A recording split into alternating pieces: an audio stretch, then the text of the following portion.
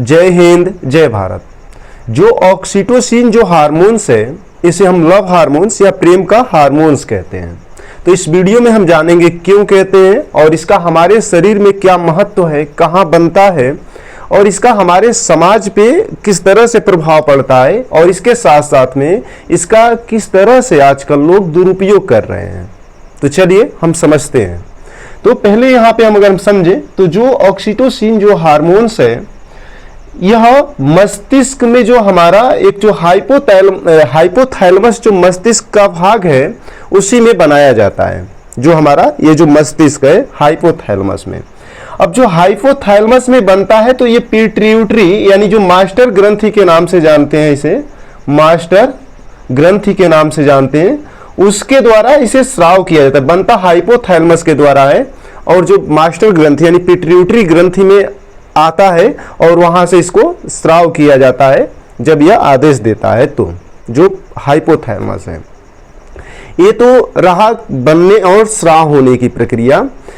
देखिए जो यह क्या है कि इसको क्यों कहते हैं लव हार्मोन्स। तो जो हमारे शरीर में बनता है, जैसे मान लीजिए कि आप अपने दोस्त, मित्र, भाई बहन या माता पिता या जो अन्य संबंधी हैं, जब उनसे मिलते हैं या उनके साथ समय बिताते हैं या गले लगते हैं, तो यह हार्मोन स्राव होता है, मतलब एक सही रूप में, है ना, एक इसका स्तर बढ़ जाता है और ऐसे भी यह स्राव होता रहता है। लेकिन जब हम मिलते हैं या ऐसा करते हैं तो ये कुछ ज्यादा ही स्राव होता है, इसलिए यह क्या है, इसको हम लव हार्मोन्स कहते हैं, क्योंकि एक बॉन्डिंग की तरह कार्य करता है, यानी लगाव कह सकते हैं कि इस हार्मोन्स के कारण हो रहा है यह जो प्रक्रिया है।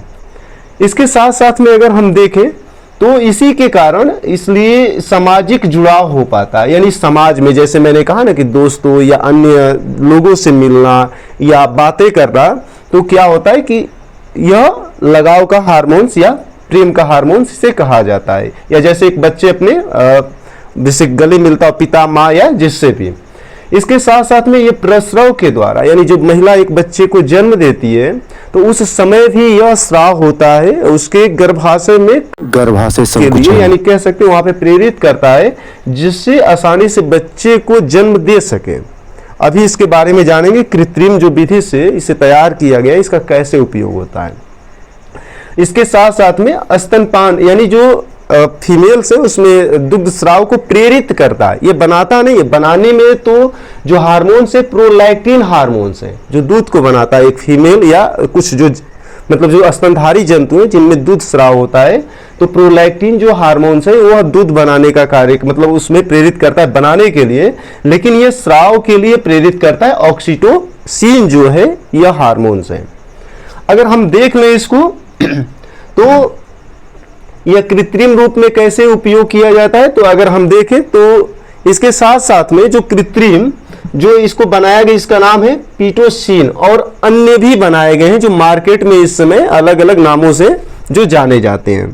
तो जो पिटोसिन जो है यह अगर डॉक्टरी के रूप में देखें, जो डॉक्टर के द्वारा उपयोग किया जाता है जो सही रूप में, तो पीड़ा, जैसे कुछ महिलाएं जब बच्चे को जन्म दे रही होती हैं तो उन्हें पीड़ा नहीं होता है या गर्भाशय संकुचन, गर्भाशय में नहीं होता, एक तरह का प्रेशर, तो उसको जब दिया जाता है जिसके कारण बच्चे को सहजता से जन्म दिया जा सकता है, इंजेक्शन के रूप मतलब दिया जाता है उस समय।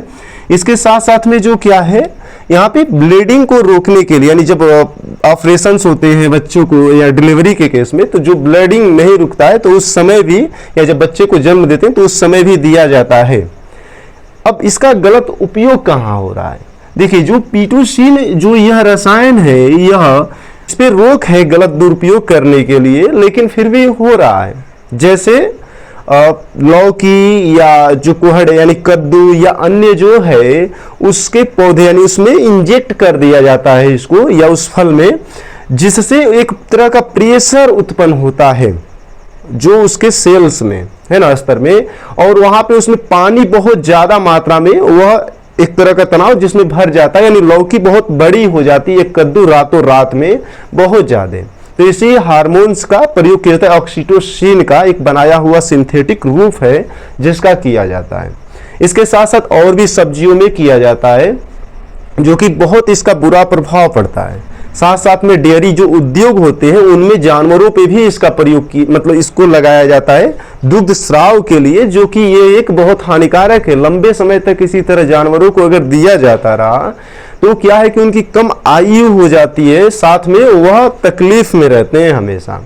तो यह उचित नहीं है, क्योंकि यह जो शरीर में बन रहा है प्राकृतिक रूप से काम करता है। कुछ अगर डॉक्टरों के द्वारा उपयोग किया जाता है तो ठीक है, लेकिन जब इसका दुरुपयोग हो तो मानव समाज के लिए एक बहुत यह क्या है बेकार साबित होता है। इस पे जो कि कोर्ट के द्वारा गलत इस्तेमाल करने के लिए रोक भी है।